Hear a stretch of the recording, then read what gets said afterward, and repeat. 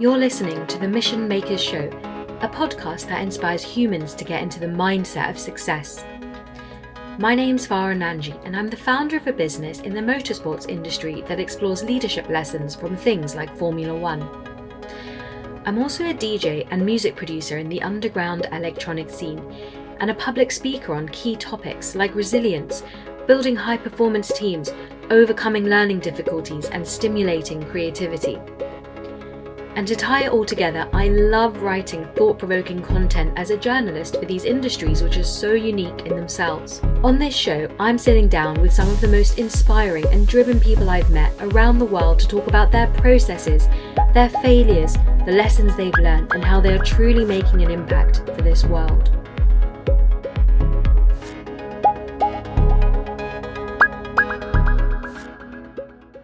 We're joined this week by the mental performance coach to many successful racing drivers, including a couple of drivers on the Formula One grid. His name is Enzo Mucci, and his story is a fascinating one. From humble beginnings, Enzo was determined to become a racing driver, and he made his debut in the 90s.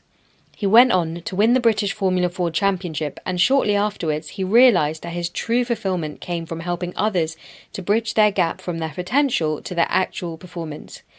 His life mission is to decode human performance, and in this episode he shares with us how he's helped many drivers master their mental state. Because after all, like in many sports, motor racing is a very mental sport in both senses of the word. Hi. Hey, how are you doing today?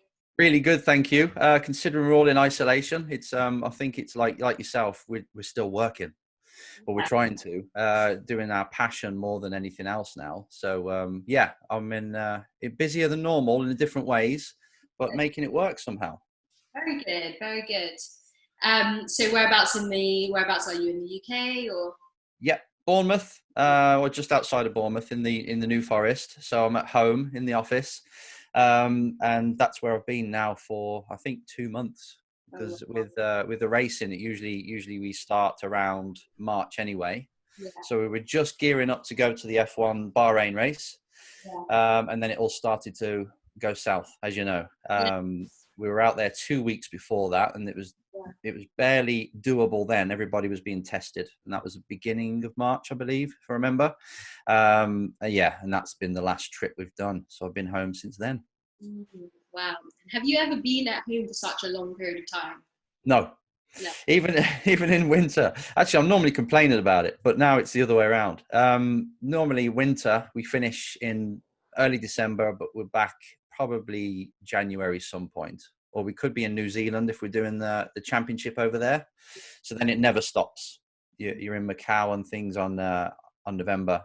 December is a bit of testing, and then it can carry on. So some years I've done like 4 years in a row, which is the same as everyone else, really. So I don't know why I'm complaining, but it's not seasonal like it used to be. So how many years have you just been on the road, basically?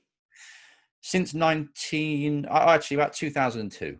I mean, I started coaching in motorsport in '98, but it was mostly just the odd circuit in Britain and the odd driver. But actually going abroad was around 2002 onwards, and then full time from about 2005. So yeah, I'm weathered. But still fighting strong. Yeah. So for everybody who's tuned in today and doesn't know Enzo, I'd love to just ask you a little bit about who you are and what is your mission. Okay, well, I started off as a race driver. I was actually just a council flat kid with big ideas of becoming a race driver. My dad's Italian, so you can guess that's where the name comes from. And he was a factory worker, then owned a pizza shop. Sorry to go like the complete history, but I'm just reeling it off. So I worked for him for ages and then wanted to be this race driver. And I got to my late teens and saved up for my first car and went racing. Just about won a British title in the second year, and racing was going okay, but actually about 3-4 years in, I started to get addicted to mental performance. And it started with this technique, or this science, if you want to call it, theory, Silva, Silva. And I went to London and studied that, and then that was it. then I started to get into people like Tony Robbins and all this. And then the fascination of that kind of overtook, pardon the pun, racing. And I started to coach drivers in that way. And that was around about the mid 2000s.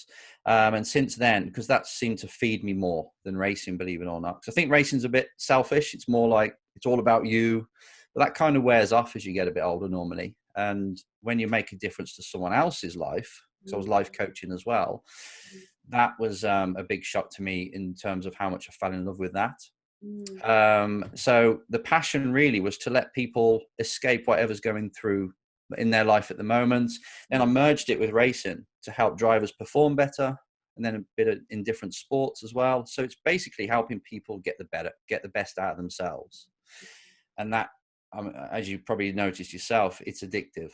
Yeah. It's contribution on the grandest scale, and it never stops. Yeah. And the challenges never stop. So the mission really is to change the world, but the mission is one person at a time. Yeah. And I suppose in sport, they kind of got the same beliefs where they want to be better. So that's obviously where I'm glued to. But obviously now I'm moving into the executive world where it's similar, and teaching the same skills from what I did in sport to the corporate world, just starting that. So that's where I am now. Very interesting. I've got loads of questions about that, but before we go into that, how old were you when you got your first car and you decided you wanted to go racing? It was 96, so I was 94, so I was 18 when I got the race license in Donington Park. They did a race school for a week, and then it took 2 years to save up. Finally convinced myself to go for it, maybe. Taught the dad round because he wasn't paying for it, but he was saying it's obviously a sport for a different kind of people, Enzo, not us. So that was 2 years of that hurdle, and then eventually just went for it with a bank loan and all sorts, little sponsors everywhere, all over the car. So I was 20 years old then, 19, 20. And yeah, by the time I was 26, I was coaching. Wow. And so before the age of 18, did you feel in any part of your consciousness or even unconsciousness a calling towards something? And was it that? Yeah. According to something when you haven't got a clue what it is. And I think we can all sort of align with that, or because we've all been there. And it's like when you're a kid figuring things out, your parents are split up, you're living in not a great environment. You you deserve more, and you don't know what that is. And the kind of people I was with them days, they didn't want more. If you wanted more, then you'd be sort of judged. So I was living in that kind of environment, really. But I knew there was something, and then racing was where I could really put all my time into, and that was it. Then I lived a different life completely, left the old one behind. But I think the sport gave me an escape. It wasn't like living in the hood type thing, but still it was just normal kid knocking around the streets of the UK, around McDonald's, that kind of thing growing up. But then, sport gave me the escape. It showed me the possibility of you can do whatever you want if you put your mind to it, which we're bored of hearing, but it's so true. Just little actions per day over 2 years. All of a sudden you're in a car winning races. Like, how the hell did that happen? So I think it was kind of, that's addictive as well. Yeah, absolutely. And it's life-changing. Unleash that force, in full, from going from being surrounded by people who might have self-limiting beliefs and not motivated to go for anything else out in the world. And now you're one of the most inspirational, motivational people that I'm lucky to be working with. So thank you. So are you, actually. Infectious. And sometimes I do feel when you don't have it, it makes you want it. It makes you even more hungry, and the drive is just it's a lot more visible. And so you mentioned to change the world, and so how do you communicate that with your clients, or what do you do to help them work towards that goal? And do you feel like they do want to work towards that? I think if they contact, first of all, to change the world is obviously just a flippant statement that I said, but I think if we have people that do help people become better in a genuine way, that in your own little world makes a difference. It's impossible to go any further than that, obviously. So that's what I mean by that. It's changing the reality of the people that do work with me or I'm engaged with. Let's just say it that way. And it feels like you're changing the world then. It's a deluded goal of mine. But I would say that if they come to somebody and they pay somebody to help them do whatever, overcome certain self-beliefs, like you say, limiting ones, or they've gone through something in the past which is stopping them going for it again now, they're worried about what other people think. They're still living under the rules of people that have brought them up, that haven't got the life that they want, but they're still living under them rules. They come to me to overcome them. And I can't say there's a success rate or not, but you always, if you've got somebody coming into your life like a coach, they see things a little bit of a different way because they're not as attached. They've probably been through it themselves, so they can sort of share stories. And even if they make like a tiny little shift in their daily habits, or they spend now only 10% on negative thoughts instead of 50, that changes their life and their destiny as it is, the path that they're walking on. So actually it's very easy to change someone's life just by giving them a few mental strategies, something different to focus on, self-belief, and then it sort of plays out. Yeah, definitely. It's not difficult. Yeah, it's like a domino effect, because then they impact somebody else with their action they may not have taken before. And also, you've got some great material out there, for people who may not be able to interact with you personally, or also just, are in your tribe and, listen to your stuff. And it kind of, it's like it is a success habit. Sometimes I know if I want to be lifted up, or, I want to just, I've got a 2-hour drive and I want to come out of it feeling inspired, I'm gonna put on your podcast, and it's amazing how far your work can go. I actually remember I was in Uganda in August last year, and I was invited by Regent's Racer to see a rally that he was part of, and his co-pilot actually knew of you and said that he listened to your stuff all the time, and he was literally like, he's like this kid in Uganda. His dream is to get behind the wheel. He's got a long road ahead of him, a lot of financial barriers and all that stuff. It's just amazing that your work can really spread that far. So talking about, so you've told us that the footprint you want to leave on the earth. Do you feel like what drives your success habits today are the same as what they were when you were 18, or like has that all evolved over time? I think it's evolved. I think it's got a lot better. Before, when you start coaching, you sort of sing from a hymn sheet and attempt to do it yourself and fail like 70% of the time when you're really, because you're actually coaching yourself when you're coaching others when you start. But now I think it's constant affirmations, should we say, from telling other people. It bleeds into yours. So I'd say everyone's different how they do it. I teach people to get up, do their morning routine, which could be something slight about what you're going to think about today, what puts a smile on your face, one thing you're grateful for, and even on the flip side, what if you don't do it? It's a bit of pain as well, and you get up and you do it, and you're on fire already. So it can be that slight, not just a jog outside and things. But you say that to somebody who is a DJ or somebody who works till 4 a.m, and you're telling them to get up at 5. Everyone's different. So first of all, you have to kind of know their lifestyle, where they might be a night person and they really start to get creative at night. I don't know if that is you, but a lot of people are. So so my personal one is to get up early, and straight away the mind is already firing up and thinking of things to do, so I just have to get out. So it's actually conditioned now, where I beat the alarm like most people do when they're doing something they're passionate about. You beat the alarm, you get up and you go, so you don't need motivation anymore. I think the overall philosophy is trying to win the day by the time it gets to now, 12 o'clock, so to say, lunchtime. And if you have completely crushed that morning, you can have the rest of the day off. You've won. But you don't, because you're on a momentum. So I think that's always been my focus. It's like, right, if I've got the main obstacle or whatever I've got to do that day, the to-do list, I try and smash through that as quick as possible. And I really enjoy that. See it as a bit of a challenge, I think. And then after a few weeks, it becomes a complete automatic habit. So you don't have to work at it anymore. You'll still have days when you wake up and your eyes won't open. Actually, it was today. It was like that, I must admit, because I went to bed fairly early. I think it's because we're in isolation now. Sleep is all over the place. Then woke up at 3 and was up till 6:30. So then went to sleep another 2 hours, and it's like, then you're dead. So no one does it every single day.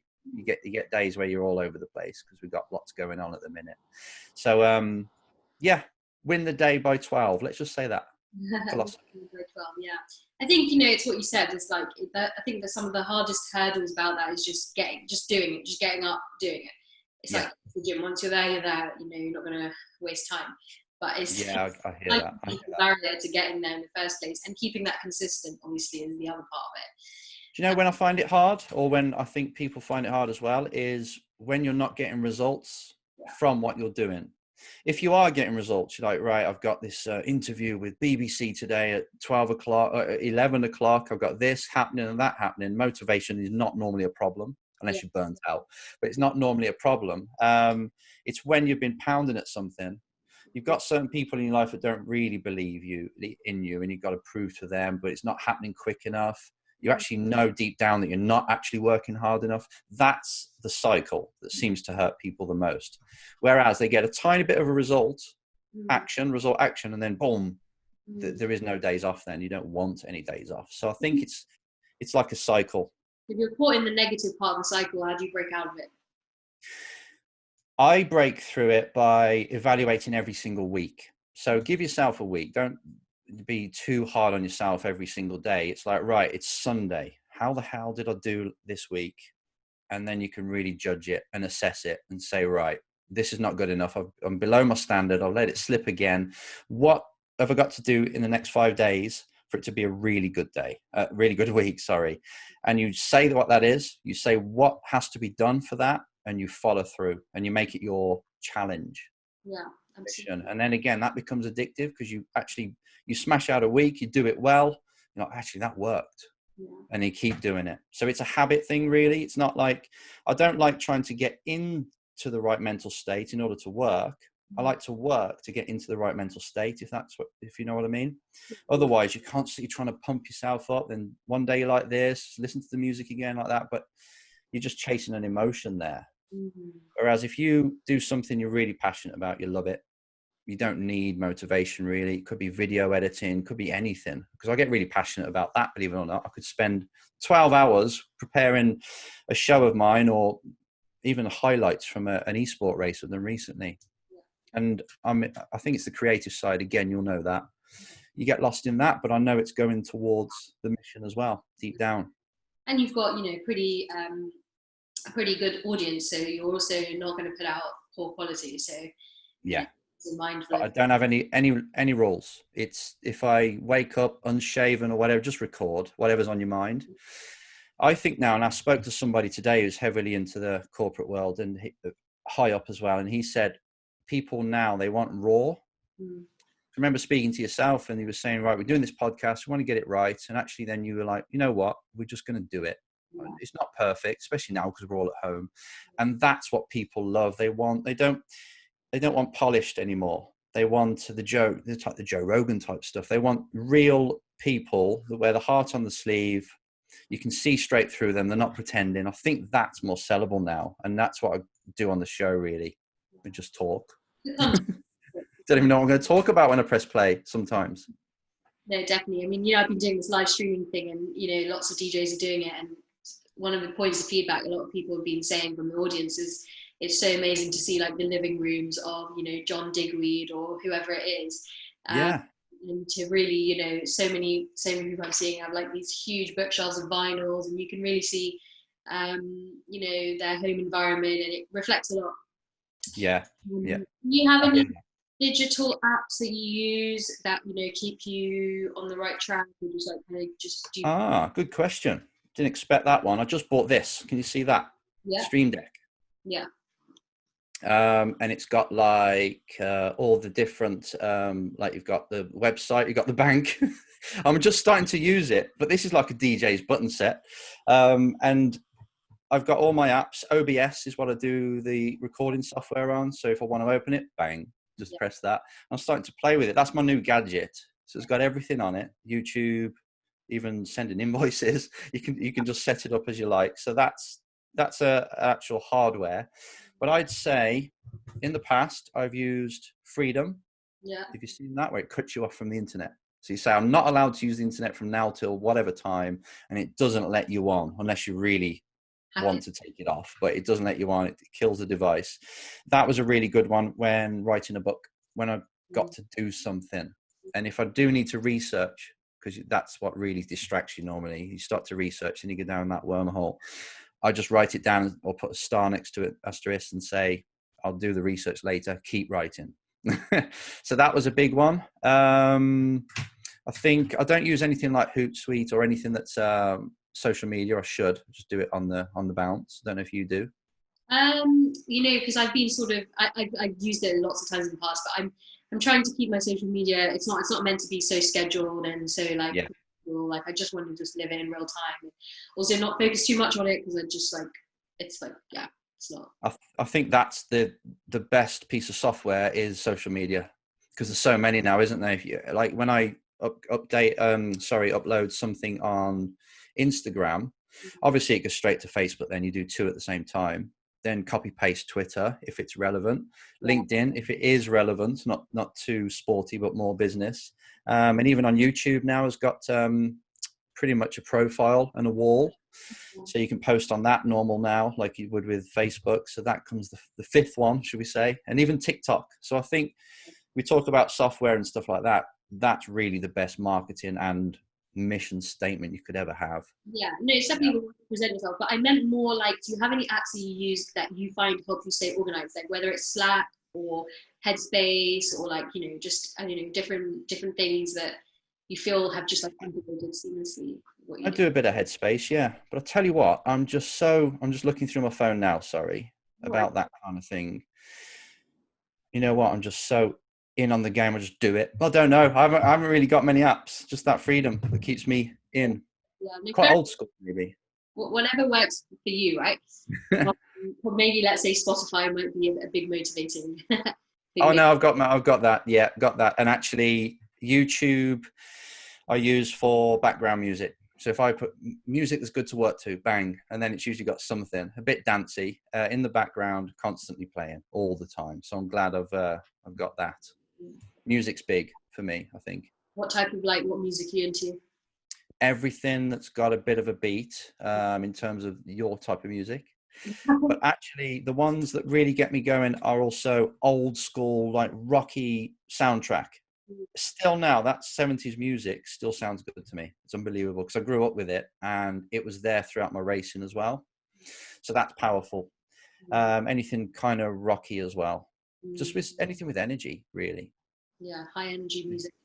Yeah, and if it's got the Hustle Standard, now that's a bit controversial. Have you heard them? No, I haven't. They did The Beast. Some of their songs are good as well. Not for the faint-hearted, though. Yeah, but that's a good one if you want to rage. Yeah. So, obviously we know that you work in the motorsport world and you have had the absolute pleasure to work with some Formula One drivers and teams. Yep. So, what do you see that they do differently compared to the people that are a bit lower on their career path in terms of? One big one is self-awareness in a way that they can be told constantly where they're not enough. So they come into the pit garage and they're hungry to find out what their teammate is doing better than them or what they can do better if they didn't do as good this time as they did last time. It's that hunger to close the gap to perfection, even though they know that's completely not possible because there's so many components that have to come together. Elements have to come together to have even a lap. A perfect lap takes a long time. It happens like twice in a driver's life. So I think it's that dedication to finding their weaknesses and having no ego about it. And there's people, there's plenty, it's half maybe in F1 that haven't got that. But the ones that are really like the Sennas and that, they're just ruthless at finding out where they lack and they don't try and protect it. Yeah. They want it to be exposed to improve themselves, and which is good because you can't hide in motorsport because you just breathe on the throttle and it's recorded somewhere on the data trace. So you can't hide. And I think that's a great thing to learn in the business world as well, is where people are trying to protect their jobs, hide the things they're not too good at because they're worried about the boss. It usually ends up in a bad way anyway. But you get someone in business that's a bit heart on the sleeve, really doesn't care about their downfalls. If they've got a downfall, they'll hire someone or get someone to do that for them. that kind of person is the one that succeeds as well. So I think it's relatable to anything. It's having that no ego. I'm a human being. We're all the same, and I'm improving. I'm doing something every day just to go 1% better. Yeah. And that's addictive to be by as well. Keep using that word, but it is. If you've got someone like that in your team, you want to help them. Yeah. It makes you feel like, okay, I've got to improve to even keep up with this person. So then the team raises altogether because it's a philosophy. Yeah, I like the 1% rule, and yeah, I mean, racing is a school of hard knocks. So you get quite from early on. You get used to constantly being obsessive over your performance, where you can be better. So maybe the mindset is a bit more open towards that feedback. But it is harder when you're not an athlete and you're not used to having that level of a critique. Yeah. And you've gotten away with your money's coming in and all that stuff. So anyway, what I was going to ask you next is so yeah, we're in lockdown. What is life asking you to do differently now? It's actually increased the speed of e-coaching. So before it was something you should do, and you sort of add it on as part of your coaching, but it's kind of like you got 5%, 10% of your clients that do it. All of a sudden you got to say now 100% of the clients are going to be on e-coaching. So I better get this down. So then you're going onto the Zooms, you're getting a better mic. So all that kind of thing's changing. And it's great because in our industry, you can, with the simulator, you can do that now. So the mental coaching is still the same. We can still do them sessions, but now I developed an esports racing series, and we've got 90 drivers in it, and you've got a couple of Lando's in it, Latifi, and a couple of IndyCar drivers. So they've all turned up. So my drivers enter that and compete against them, and I coach them using that as the training ground. Like, how did you crumble under pressure in qualifying? You know what I mean? So you can still do exactly the same debriefs as you do if it was a real life race. And it's televised, it's live streamed and everything. So there's pressure of people watching and everybody's quick. Is that with F1 or is that with Veloce? It's in an F3, but I do it on the iRacing platform, the game, if you want to call it. It's the most realistic simulation that we've got. I better not say it's one of. And it's a web-based game, if you like, and you go on and you enter the race, and it's a championship and all that. So it's brilliant. It's the perfect model as well, the F3 car they've got. It's really good. Very good. So it works. Check that out.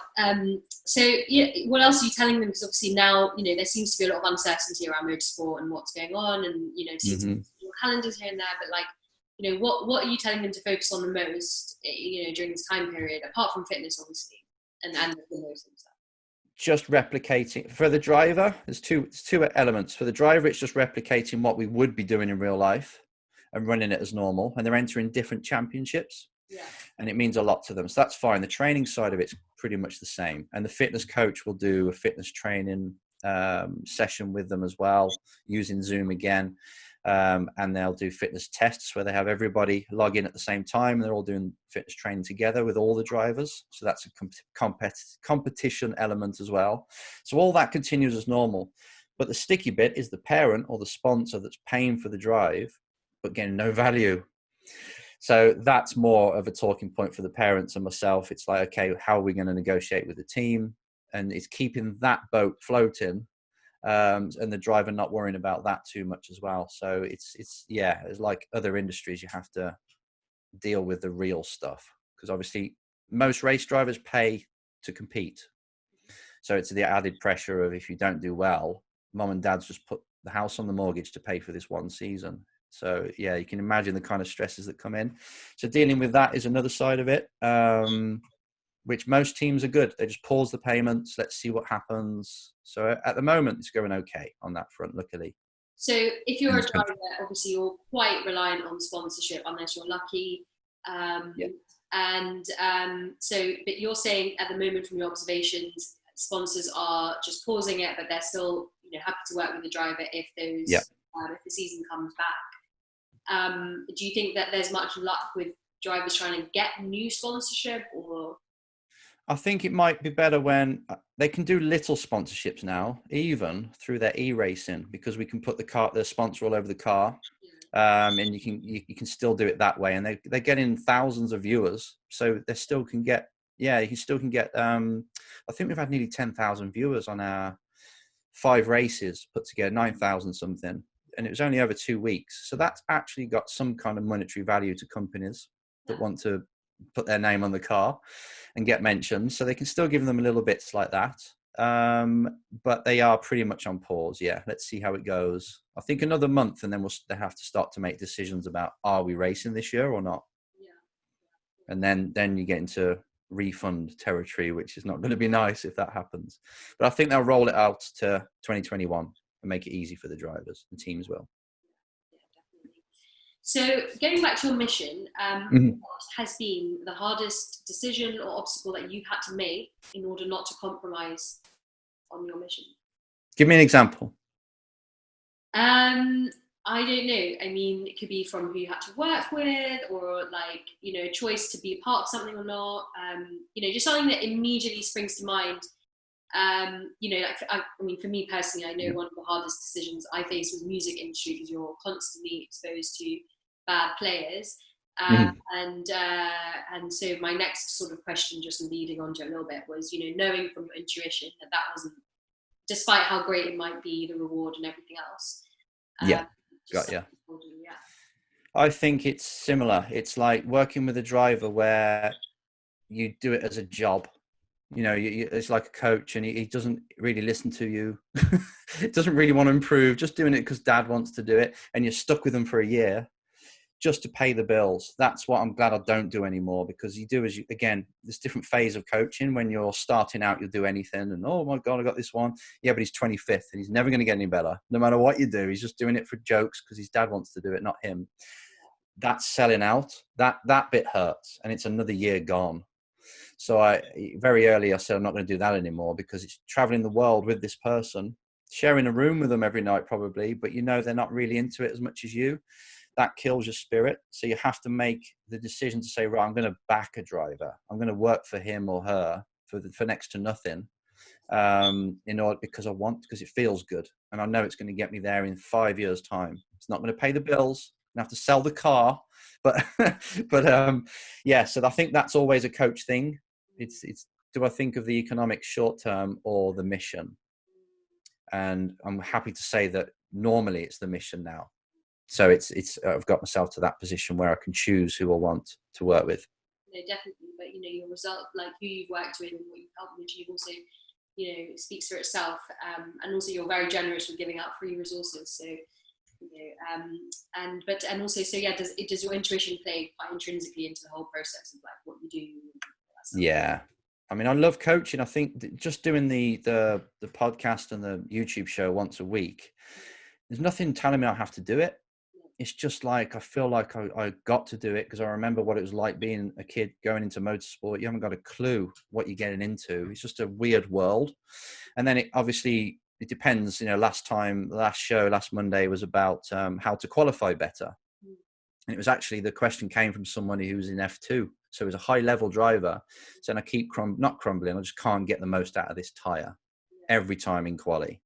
So it was all, I didn't mention his name, but it was all him that started that. And I just get, as soon as someone's asked a question, like, I want to make a show about it.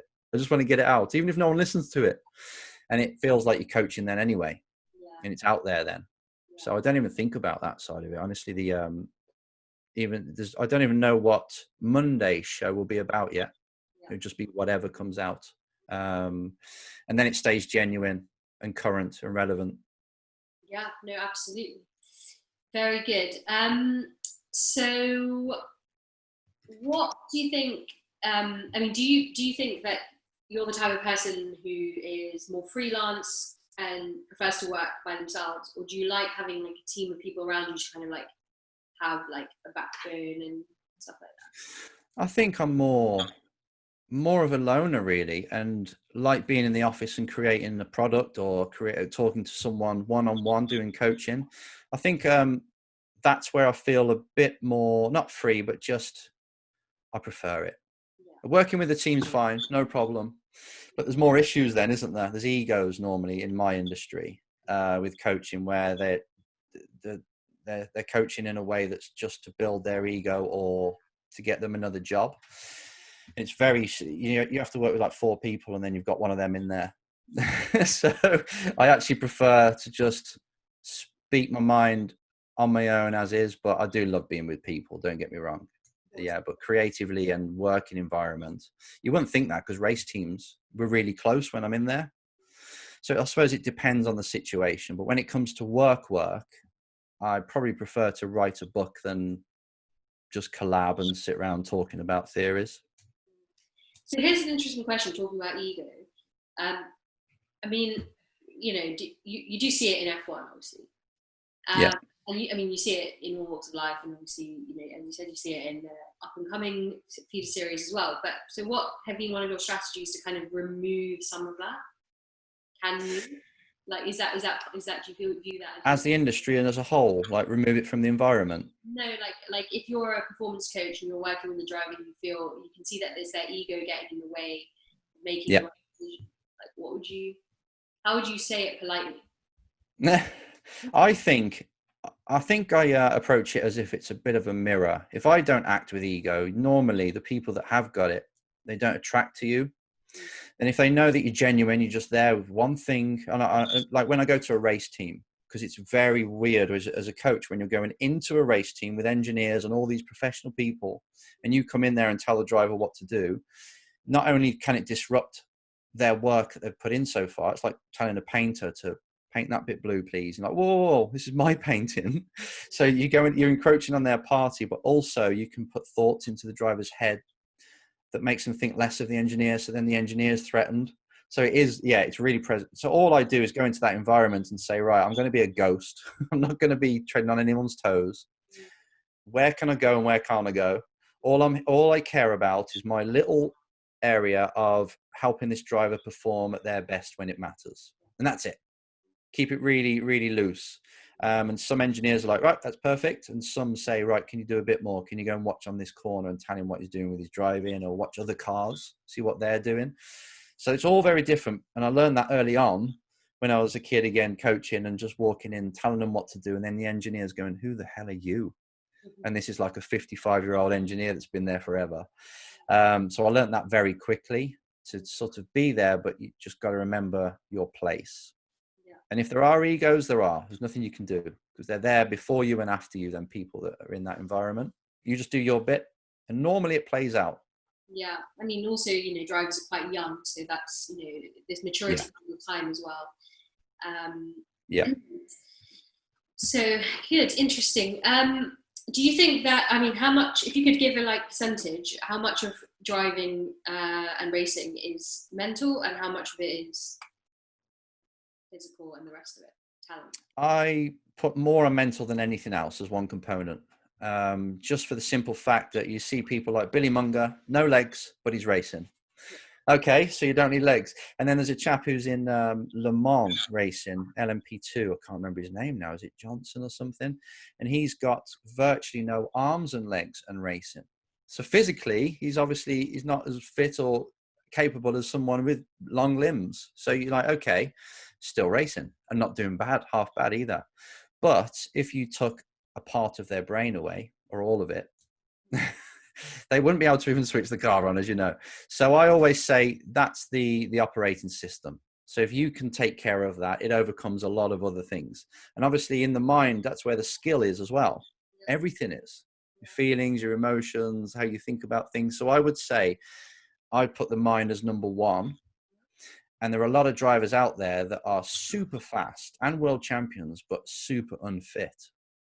And I'm not promoting that, as you know, but it's like, okay, if they were completely fragile mentally and couldn't put a lap together, but super fit, then they wouldn't be very successful.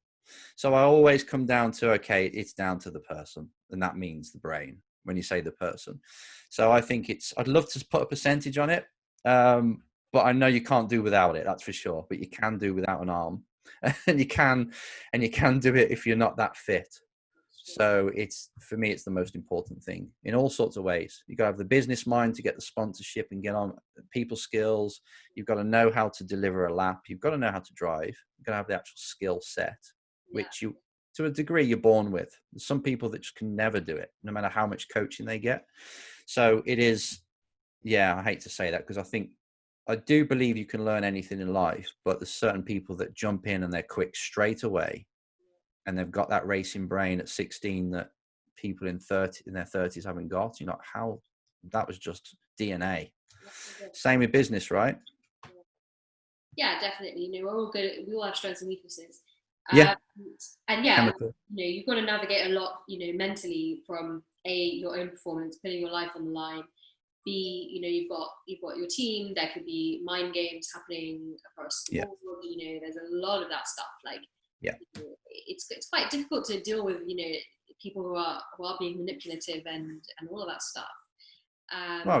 They've got their own agendas. Yeah, and then you're stuck with the love of your team. That's also quite difficult.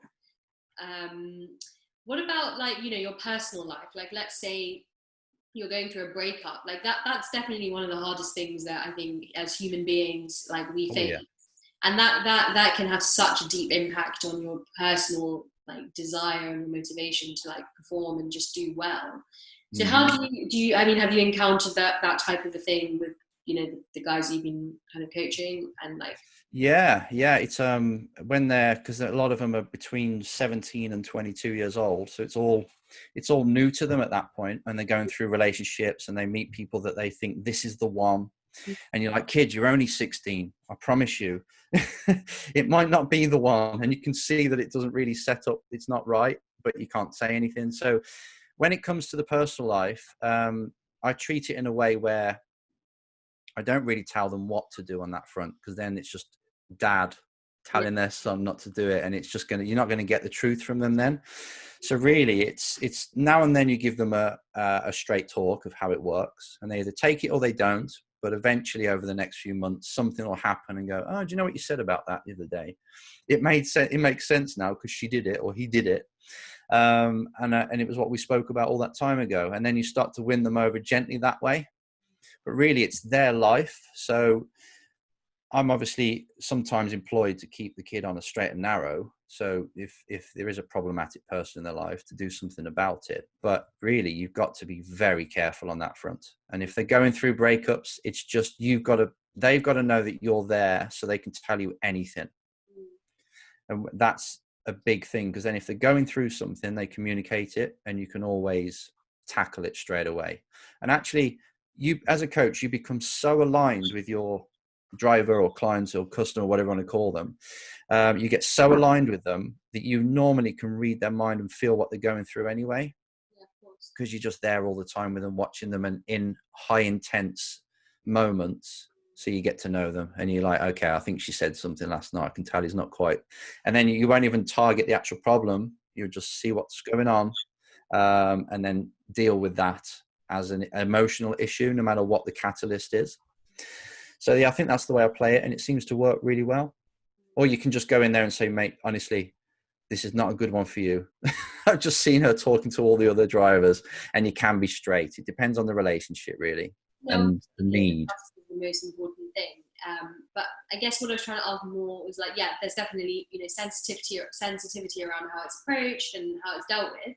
But whether you're 16, 30, 20s, whatever, if you go through that, it's difficult, and you've got to be able to mentally pick yourself up and just get there. So do you think that having, let's not call it a distraction, but throwing yourself back into your work is distracting towards that, let's say? And it is. Yeah, I think I'm quite spoiled because in racing, it's a bit like extreme sports is even more, where if you're on the snowboard, or if you're in the race car, you've got to do something that's fairly dangerous and it needs your concentration.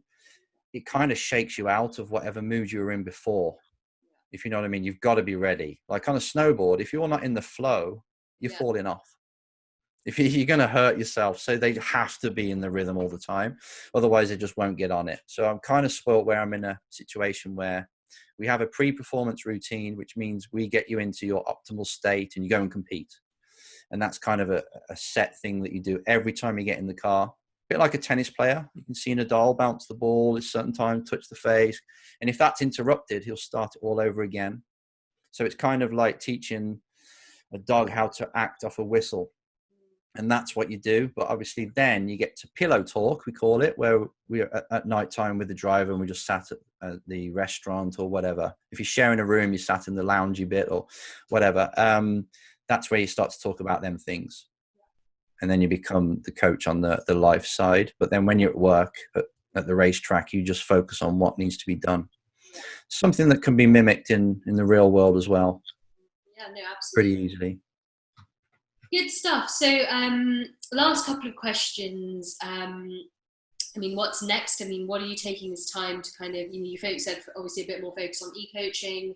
Yep. But yeah, like what is next for you post, hopefully? Okay. As you know, I set up a place in London, or joined a shared working place in London to do executive coaching just before this happened.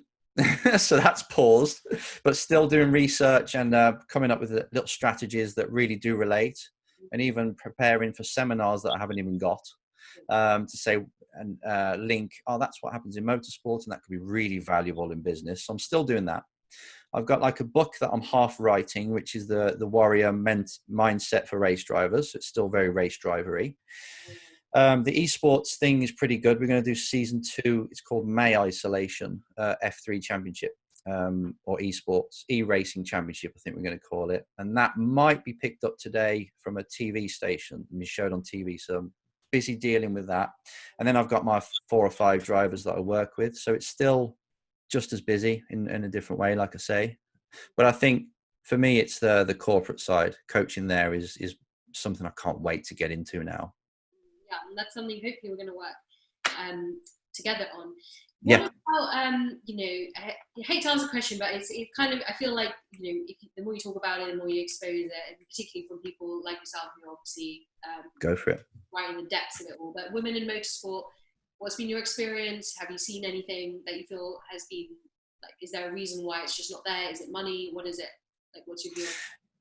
Interesting, because the money side of it, you think it's more of a sales point now. Because it's different. Everyone loves to put money behind stuff that stands out more. So a lady being in this so-called man's world, it's perfect. But we just haven't found a star yet, because there's not that many ladies doing it. That's the problem. So if there was more, then we'd find more talent, obviously. And it is kind of it's still, motorsport can be still a bit backward the way it is. It's still old school mentality.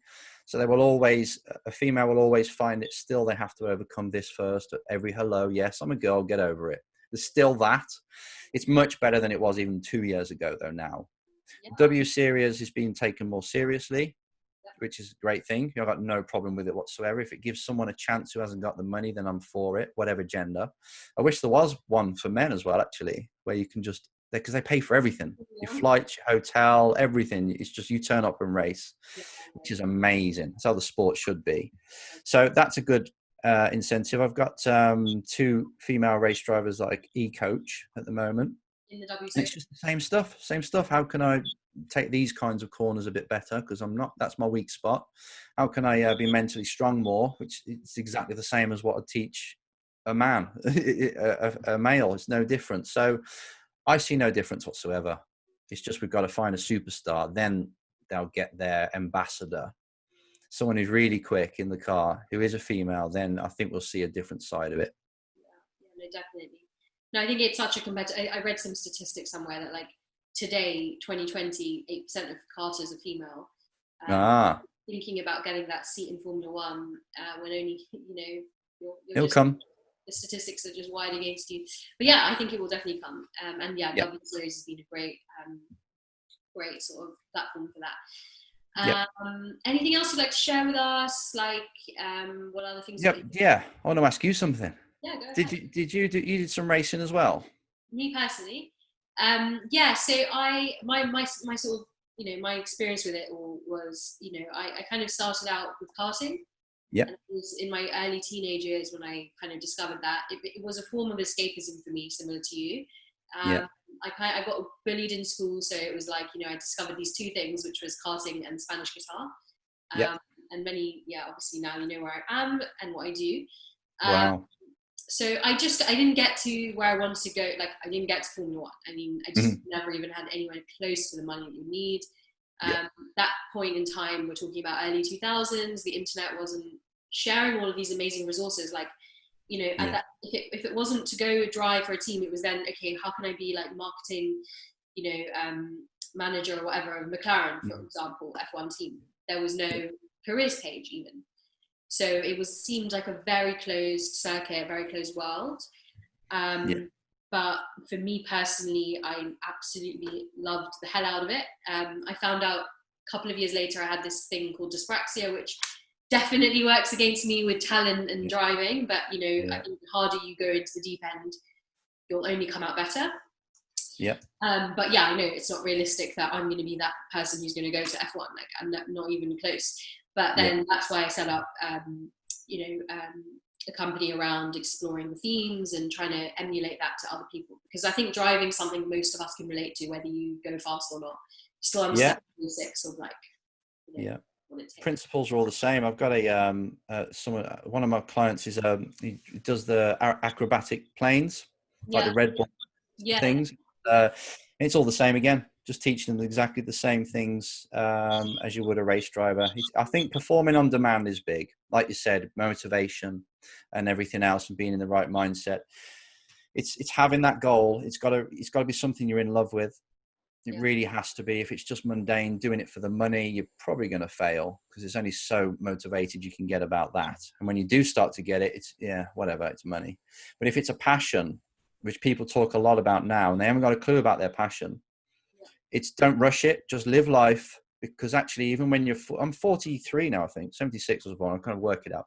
And it's like, I still, like my dad used to say to me when he's 50, I still feel 18. I'm like, yeah, whatever, Dad, you're old. But I'm getting there now, and I'm actually more motivated and more active than I was then. Probably more fitter as well, definitely mentally strong and more driven. And it's like, geez, this keeps going. So I think the fact that we try and rush things and we want it now is a very new mindset. We're just not patient enough to say, right, let's just see where it goes. Okay, I'll just get by for now, but I will figure this out. I might be 40 or whatever, but tell you what, we're going to live to 100, even more maybe. And you still want to do something. Look at the president of America right now. How old is that person? How old is Trump? And he's just taken the job on, kind of. It's like back 10 years ago, you'd never think of getting that kind of job at that age and having that sort of energy, right? Whether you like him or not. You can see that we're getting older, and we're the next generation from that. So it's like, don't rush it. Let's just start to focus and ask questions like, what do I like? What do I enjoy doing? Now and then, to plant the seed, and things then start to take a different journey. Just because people are getting depressed in their 20s now. They're getting suicidal because they're feeling like failures. I'm like, guys, I didn't even know what I was doing in my 20s. Seriously. And you're expecting to be a millionaire by that age. It's like, no. Just take your time. Figure it out, provide value to people, do what you love at the same time as that, and you'll be happy. And even if you're just driving around in a Ford Fiesta, you'll be absolutely happy. And I wish people would live that instead of, I know it in theory, but so-and-so down the road, or my brother or sister have got a better car. And it's like, you're falling for it again. Just avoid that.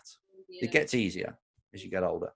No, it does. I think, I think when you're young, I think you are really hungry for success, and you also want to be really careful where you invest your energy, because like, it has to be, it can't be all over the place. Like, it has to be a strategic direction.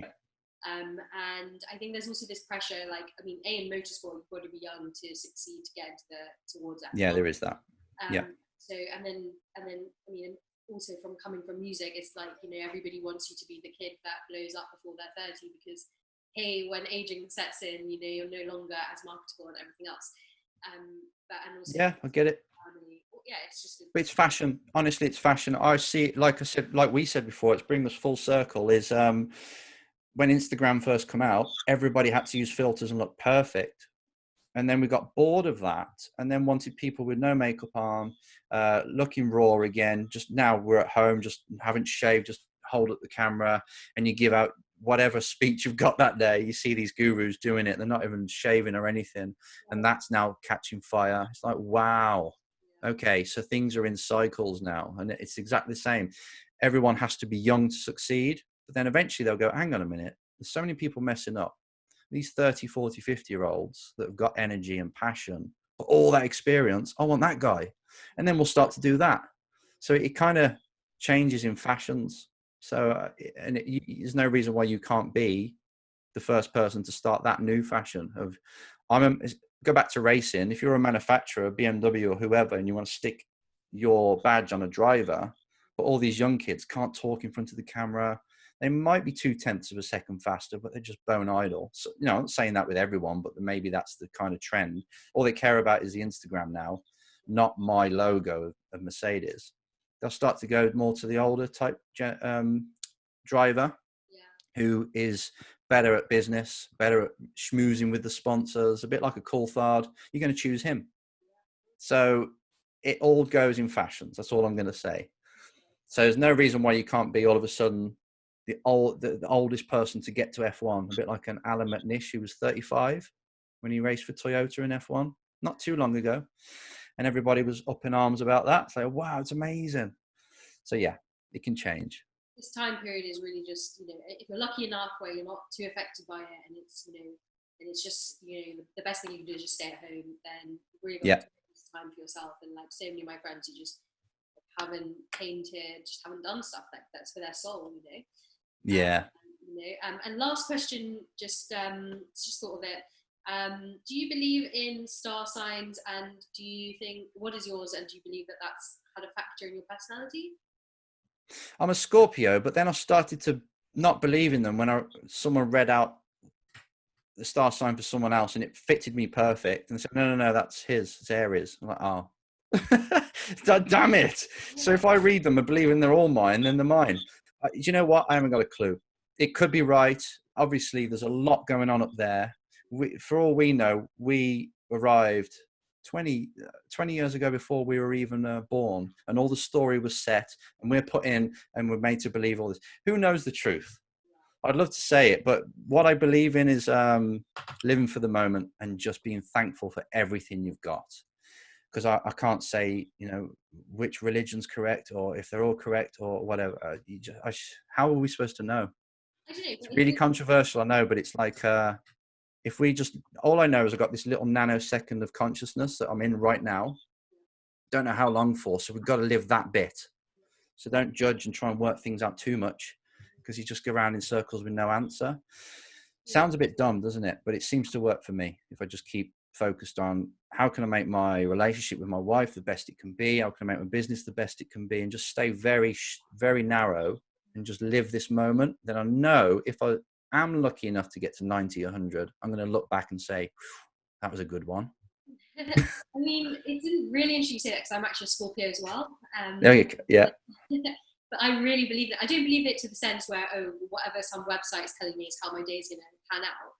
Mm-hmm. But it has helped me just understand, just going a bit deeper, and I'm more than happy to share an author that goes really deep into it. But and she talks about, let's say, the Scorpio child, the Scorpio woman, man, but also employer and employee. So that's really interesting, because then sometimes you can analyze different reasons why things happen, or a character trait. But with Scorpios, I mean, they are meant to be some of the most passionate people in these stars. I like that bit. Definitely. Yeah. But then on the flip side, just giving an example here, something I know I had to work on personally, which I definitely think, well, it could be easy to say, but I think is related to my star sign, is because you're quite a loyal person. That's also another trait they say. So when somebody does something wrong to you, you naturally want to take revenge, or something and when I was younger, definitely that was something I had definitely went through. But then when I saw karma playing into life, I realized, okay, I'm just going to let go of that emotion completely, because even if it's not right that that person succeeds today, or they've done something wrong morally, but it's God's, it's for whatever the high powers are to deal with.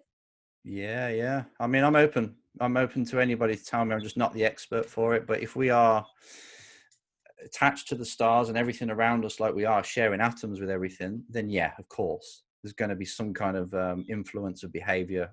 But you tell me. I'd love to be educated on that. I don't. I'm just interested if that is Yeah.